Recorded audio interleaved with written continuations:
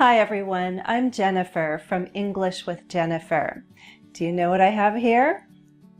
It's my Christmas stocking. I've tried to be good this year, so hopefully Santa will bring me some nice treats. Do you know what he gives you if you're naughty?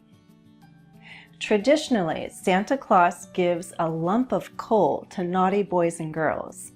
But he's a pretty forgiving guy. I personally don't know anyone who was given coal for Christmas. In this lesson, we'll talk about sentences like this. Hopefully, Santa will bring me some nice treats. How many verbs do you see? There's one, will bring. How many objects do you see?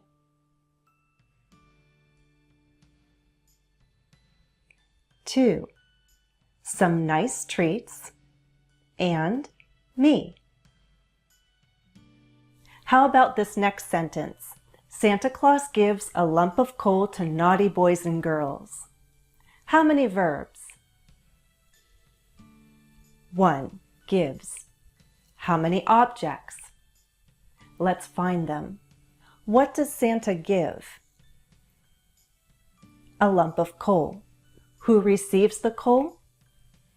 Naughty boys and girls. This verb also has two objects.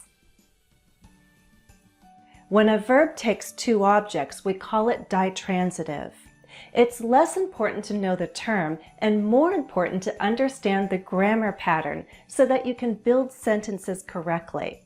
That's what we're going to focus on, building sentences. Let's get started.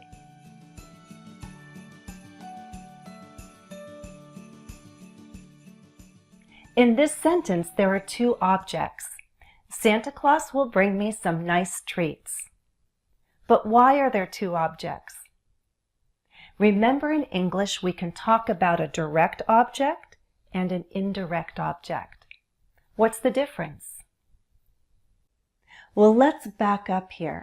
Some verbs have no object. They simply describe an action or a state. Santa Claus laughs. Reindeer fly. Mrs. Claus is very helpful. Remember that the verb be is an example of a linking verb. Linking verbs are followed by subject complements, but not objects. Verbs without an object are intransitive. When a verb has an object, it's transitive. Sometimes a verb can be transitive or intransitive, like the verb help. Mrs. Claus helps. Mrs. Claus helps Santa Claus. The object of the verb is called the direct object. The subject does something to the object. The subject's action affects that person or thing in some way. In this sentence, who is helped? Santa. Mrs. Claus helps Santa. Santa is the direct object. Again, I'll explain that understanding and using the grammar is more important than knowing all the terminology. But knowing grammar terms is still useful. It's a way for us to talk about grammar.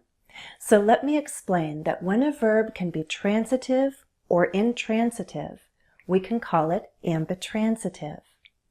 The prefix ambi means both. Verbs that are transitive and have one object are monotransitive. Mono means one, as in Mrs. Claus helps Santa. So guess what ditransitive means? Di means two. A ditransitive verb has two objects. Santa will bring me some nice treats. Treats, this is what Santa brings. It's the direct object. Me, the person receiving or benefiting from the action. Me is the indirect object. What's the verb in this sentence? Santa gives a lump of coal to naughty boys and girls. Gives. What does he give? a lump of coal. That's the first object. Who receives the coal? Naughty boys and girls. That's the second object. The way I see it, the prepositional phrase with to gives us that second object. Most sources won't call that prepositional phrase an indirect object, but it's equivalent. It does the same job. It tells us who is benefiting or receiving in some way. With some ditransitive verbs, we can use the prepositional phrase or change the word order and leave out the preposition. The meaning doesn't change. We still understand who is receiving or benefiting.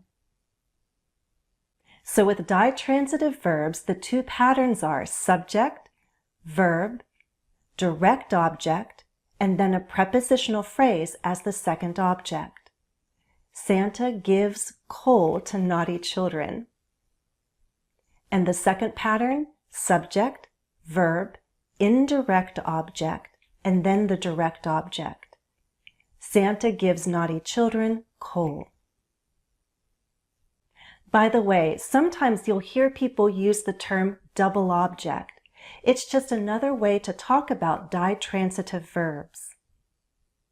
What you need to remember is that if we have a choice and we leave out the preposition, the indirect object comes before the direct object. Give someone something. You also need to understand that not every prepositional phrase after a verb means that the verb is ditransitive. Remember that prepositional phrases can give us information about when, where, why, and how. Prepositional phrases can be adverbials. They can give us additional information. Santa Claus delivers presents on Christmas Eve. Delivers is the transitive verb. He delivers presents. That's the direct object. On Christmas Eve? That just tells us when. When does he do this? On Christmas Eve is a prepositional phrase of time. It's an adverbial. Let's look at some sentences together. Decide if the verb in each sentence is intransitive or transitive. Does it take an object? If it's transitive, how many objects does it have? Is it monotransitive or ditransitive?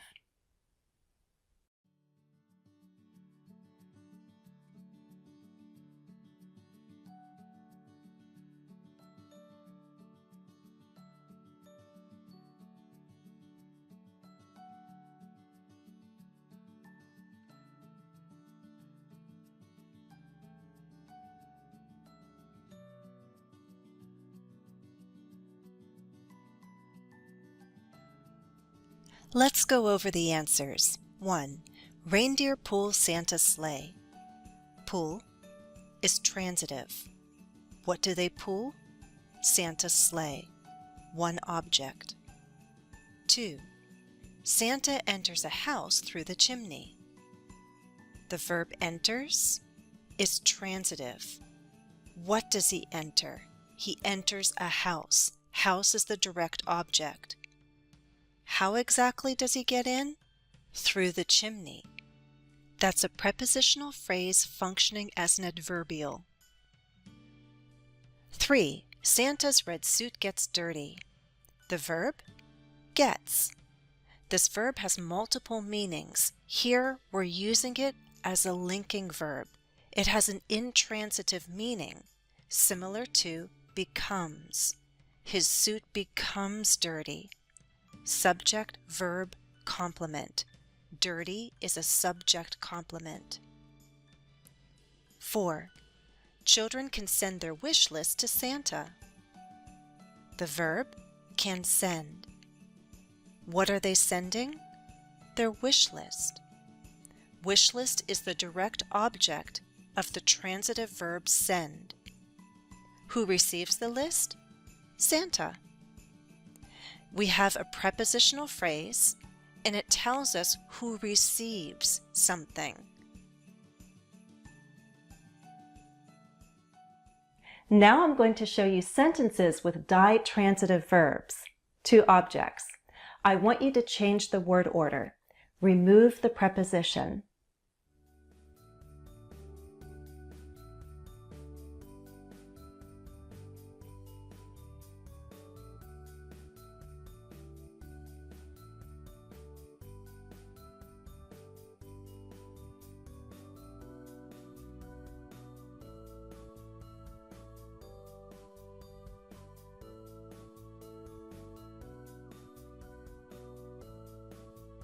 Here's how we can rewrite each sentence.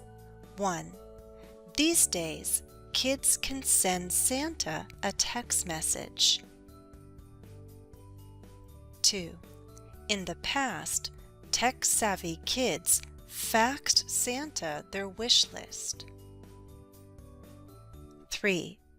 One Christmas, Santa brought me a huge teddy bear. 4. I used to write Santa letters and send them by mail.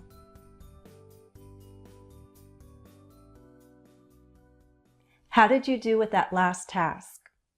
Just remember that with ditransitive verbs, we may or may not have a prepositional phrase, but the indirect object still receives something or benefits in some way.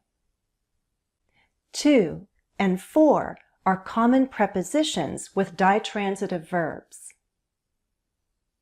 Show me your wish list. Show your wish list to me. Tell us a Christmas story. Tell a Christmas story to us.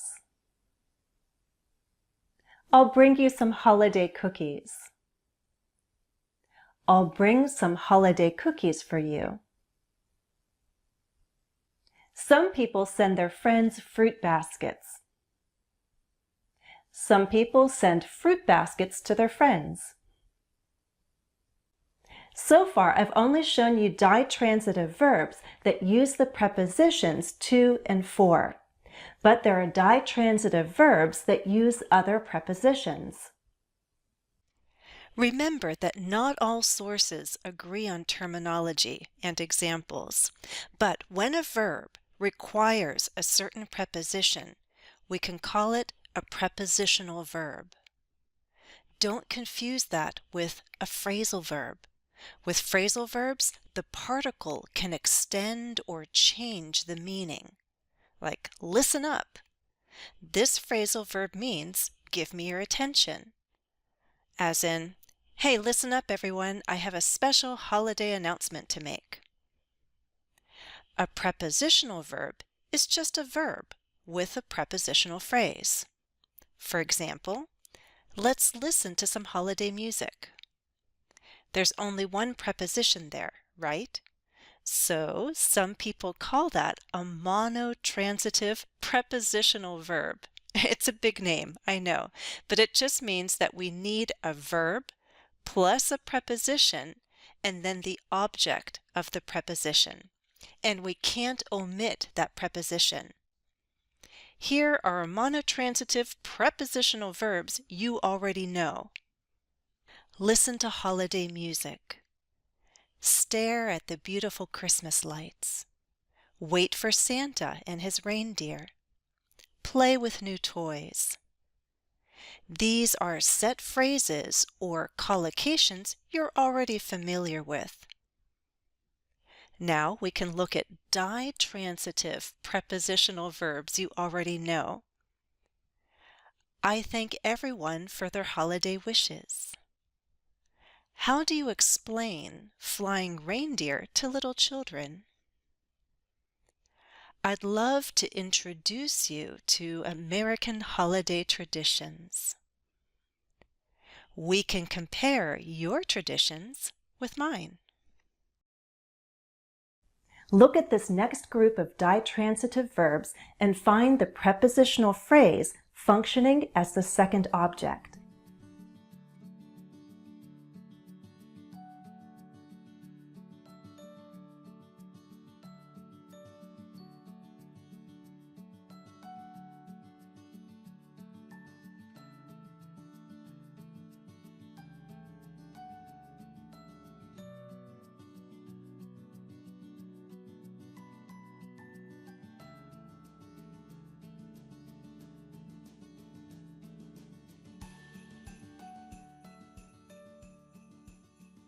Let's look for those objects. I'll highlight each prepositional phrase that functions as the second object of the ditransitive verb. 1. About it. 2. With milk and cookies. 3. Of winter fun. 4. From staying up late. 5. Of my childhood. And note how objects aren't just nouns or noun phrases. Objects can be pronouns or a gerund. And let's take a second to find the first object of each verb. Do you see them? Here they are.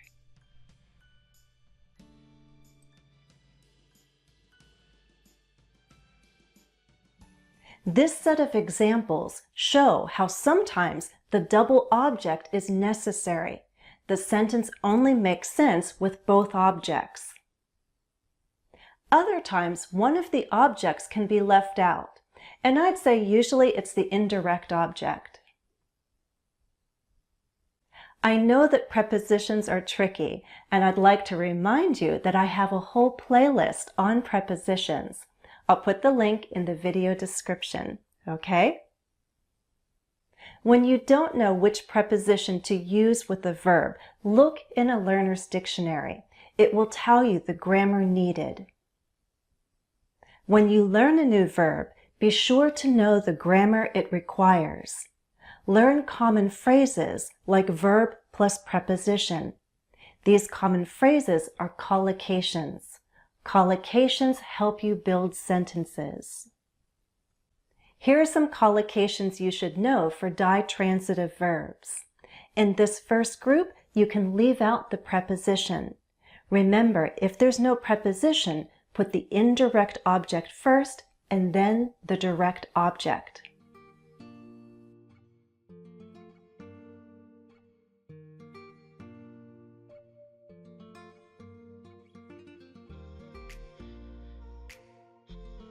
Share your thoughts in the comments.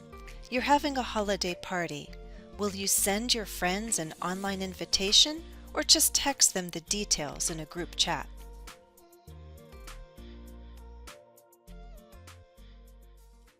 In this next group of collocations, we can't change the word order. Don't leave out the preposition.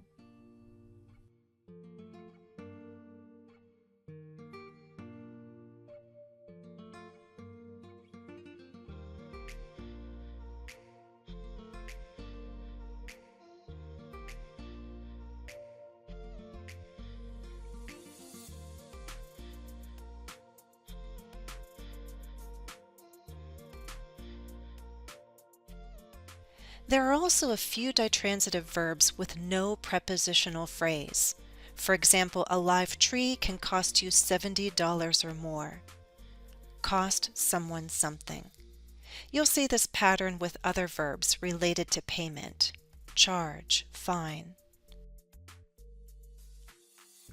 Share your thoughts in the comments. Between the food and the gifts, the holidays can be expensive. How can shoppers prevent themselves from overspending?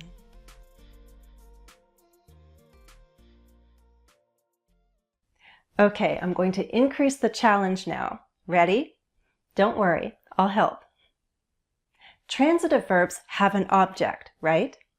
What if we take the object and make it the subject of a new sentence? Do you know where I'm going? Recall what I said earlier. I personally don't know anyone who was given coal for Christmas. What kind of verb do we have? Be plus the past participle. The verb is passive. We shifted the focus. Compare these two sentences. Santa gave someone a lump of coal. Here, the focus is on Santa as the giver, the doer. This is active. Someone was given a lump of coal. Here, the focus is on the receiver. Who received the coal? This is passive. So with transitive verbs, we have that choice of using active or passive depending on where we want to place the focus. Guess what? With ditransitive verbs, we can sometimes form two different passive sentences because we have two objects to work with. We might be able to form a passive sentence with either object. This isn't always possible with every ditransitive verb, but we can do this with the verb give. Let's try to form another passive sentence, and we'll use the direct object this time, a lump of coal.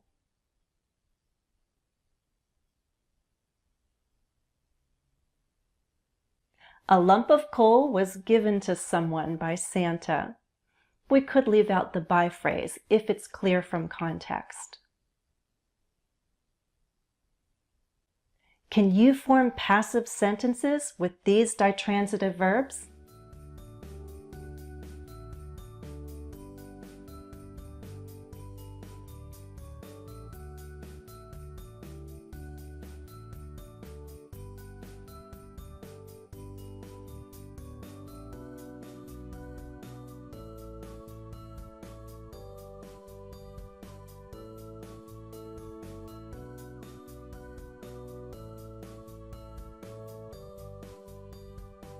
Let's go over the answers.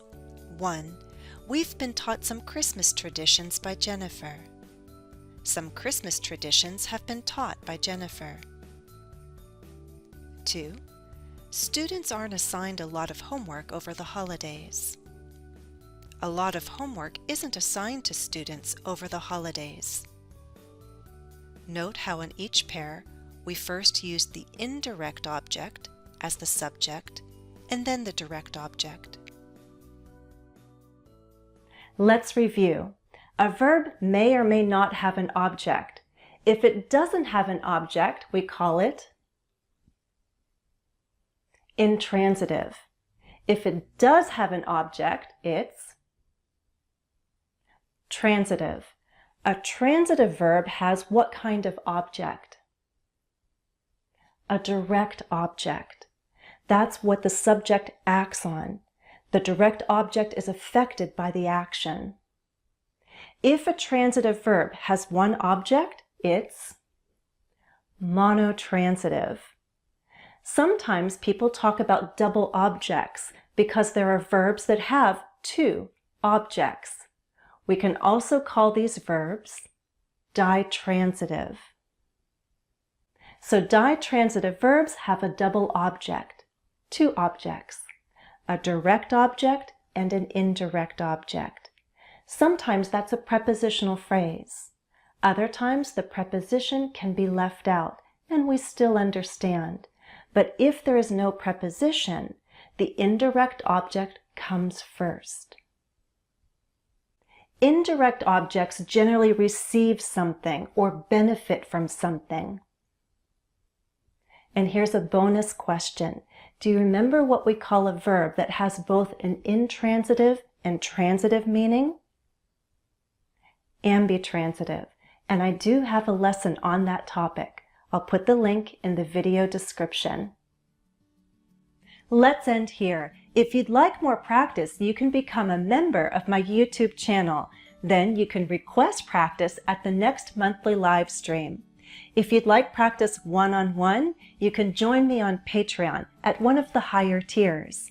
Check out all the different ways you can study with me on my website or look for information in the video description. That's all for now. Please remember to like and share the video if you found the lesson useful. For everyone celebrating Christmas, I hope Santa brings you something good. As always, thanks for watching and happy studies. Follow me on Instagram, Facebook, Twitter, and Patreon. And don't forget to subscribe here on YouTube. Turn on those notifications.